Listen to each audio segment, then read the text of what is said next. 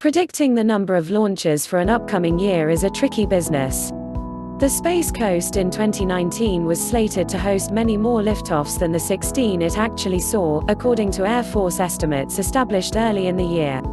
The culprits, which are typically unique to launch vehicles and missions, ranged from mishaps to slow-crawling hurricanes to general delays. But 2020 should still be a banner year for the Eastern Range, which encompasses Kennedy Space Center and Cape Canaveral Air Force Station.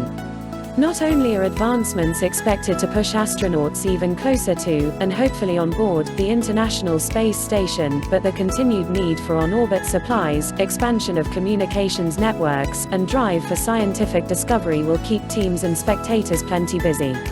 2019 was supposed to be the year of astronauts. If all had gone according to plan, human spaceflight would have resumed from American soil in the second half of the year, a feat not accomplished since the last Space Shuttle mission in July 2011. But mishaps, like the explosion of a SpaceX Crew Dragon capsule in April, the failure of Boeing's Starliner to reach an orbit conducive to ISS arrival earlier this month, and parachute issues suffered by both companies stretched out timelines. Both companies were selected by NASA for its Commercial Crew Program, which is responsible for transitioning the agency away from owning and operating its own vehicles and instead relying on the commercial sector. But there were some silver linings. Despite cutting its mission short, Starliner performed several operations on orbit and survived its landing in White Sands, New Mexico. Mission managers said they obtained much of the data they'd need to determine if its uncrewed flight test was sufficient to move forward. SpaceX, meanwhile, worked through its Crew Dragon issues and successfully test-fired the engines responsible for the anomaly. And even before that in March, the company launched the capsule on an uncrewed flight to the ISS, performed docking maneuvers, stayed on station, then returned for a splashdown in the Atlantic Ocean. If progress like that continues, 2020 could end up becoming the year of astronauts.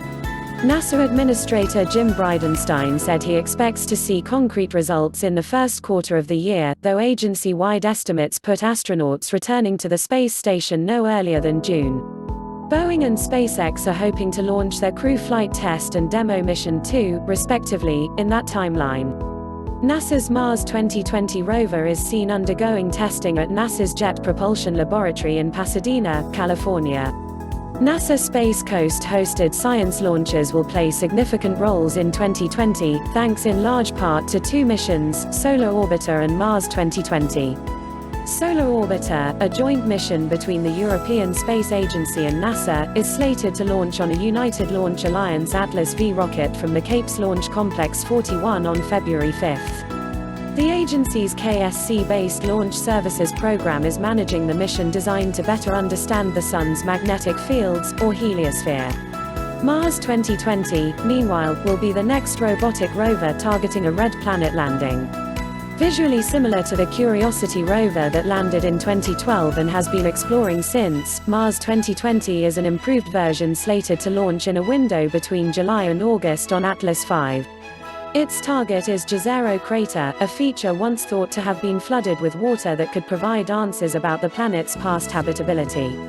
Also in 2020, SpaceX is scheduled to launch two cargo-only Dragon spacecraft packed with science experiments and cargo to the ISS.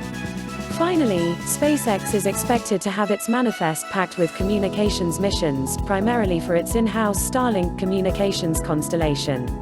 With two planned in January alone, the company is rapidly moving toward having hundreds, and soon, thousands, of the spacecraft in orbit, beaming internet connectivity down to the ground.